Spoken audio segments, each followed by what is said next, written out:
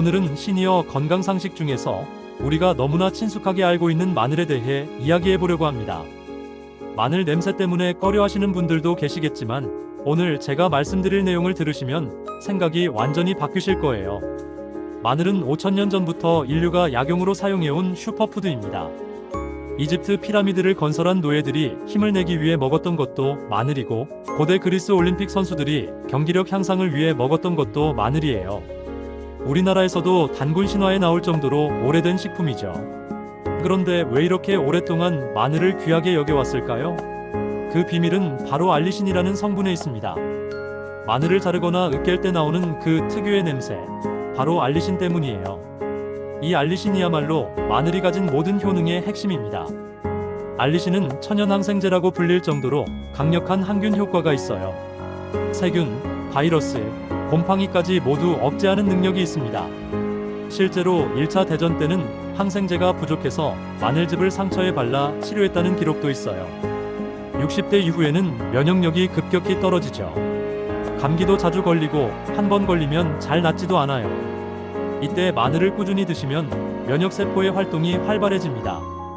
특히 NK세포라는 자연살해 세포의 활성도가 무려 140%나 증가한다는 연구 결과가 있어요. 마늘의 두 번째 놀라운 효능은 혈관 건강입니다. 마늘에 들어있는 아조엔이라는 성분은 혈전이 생기는 것을 막아줍니다. 혈전은 심근경색이나 뇌졸중의 직접적인 원인이 되는데 마늘이 이를 예방해주는 거예요. 실제로 마늘을 꾸준히 드시는 분들은 심혈관 질환 발생률이 30% 이상 낮다는 연구 결과도 있습니다. 마늘의 혈압 강화 효과도 놀랍습니다. 마늘에 들어있는 황화합물들이 혈관을 확장시켜 혈압을 낮춰주거든요. 고혈압 환자를 대상으로 한 실험에서 하루에 마늘 4쪽을 12주간 드신 분들의 수축기혈압이 평균 12mmHg나 떨어졌어요. 이는 혈압약 하나의 효과와 비슷한 수준입니다. 콜레스테롤 수치 개선에도 마늘만 한 게 없어요.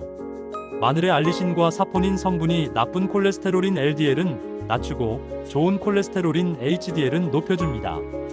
특히 동맥경화로 고생하시는 분들에게는 정말 효과적인 천연 치료제라고 할 수 있어요.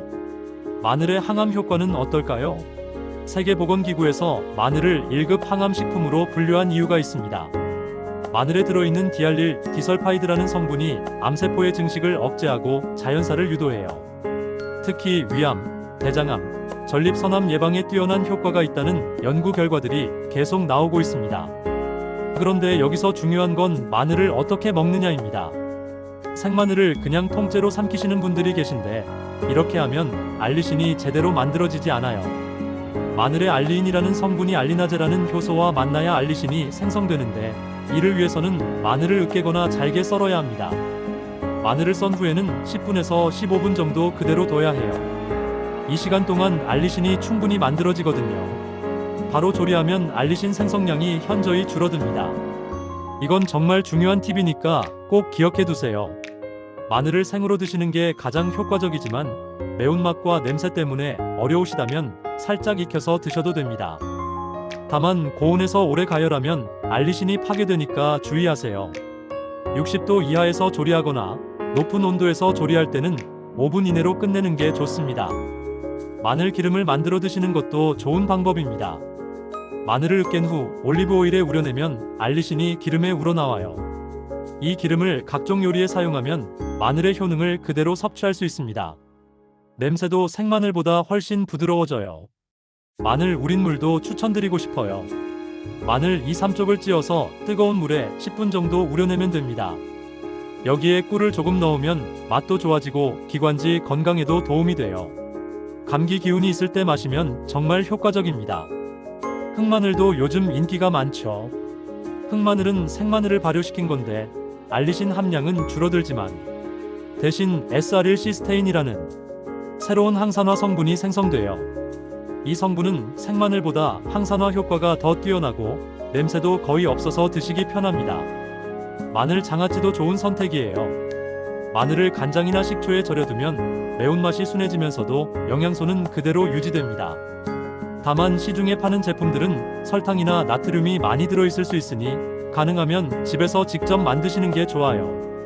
마늘과 함께 먹으면 시너지 효과를 내는 식품들도 있습니다. 대표적인 게 양파예요. 마늘과 양파에는 모두 황화합물이 들어있는데 이 둘이 만나면 항산화 효과가 배가 됩니다.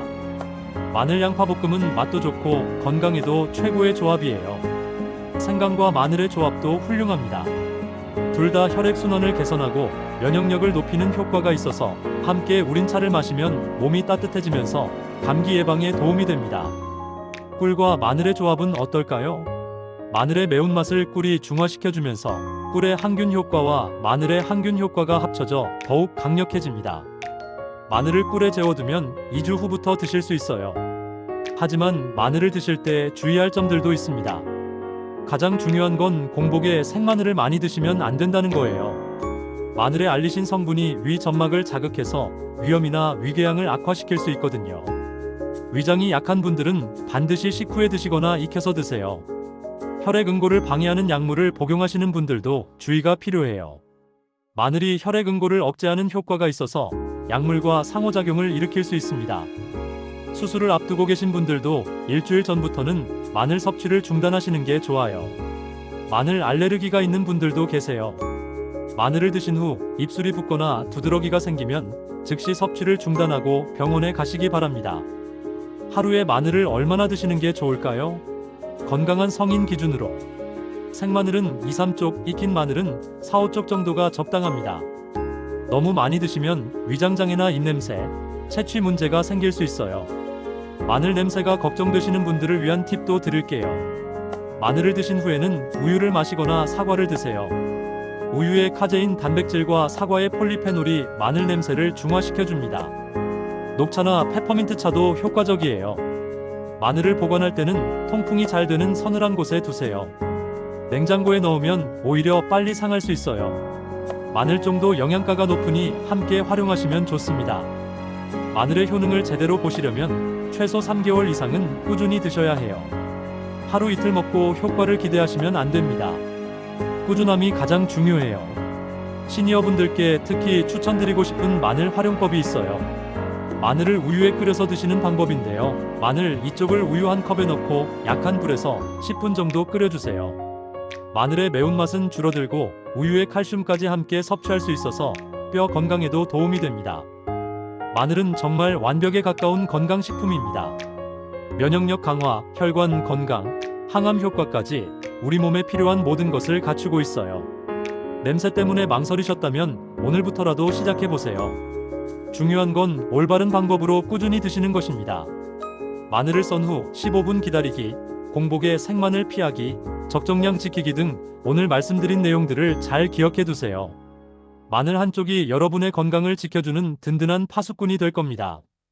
다음 시간에는 생강의 놀라운 효능에 대해 알아보겠습니다. 도움이 되셨다면 구독, 좋아요 눌러주세요. 또한 궁금한 것은 댓글로 남겨주시면 곧 영상 만들어 올리겠습니다. 감사합니다. 은퇴노후준비TV였습니다.